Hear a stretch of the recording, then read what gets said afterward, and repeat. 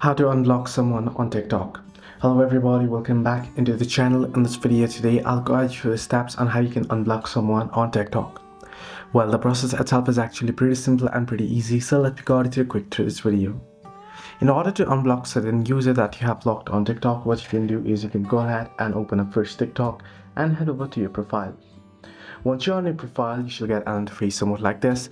At the top right corner, you'll find the three horizontal line icon, or so that you call the hamburger icon. Once you tap on it from the bottom, a pop-up will appear. You can see the settings and privacy option at the bottom. Tap on it. Now here, all you gotta do is scroll down. Head into privacy, and under privacy you'll find blocked accounts, and you'll find the unblock option right there. You can go ahead and tap on unblock and they'll be unblocked. So you can see this is how you can easily unblock someone on TikTok. Hope this video was helpful. Do like and subscribe, and also do not forget to leave the comments down below if you have any further issues as well.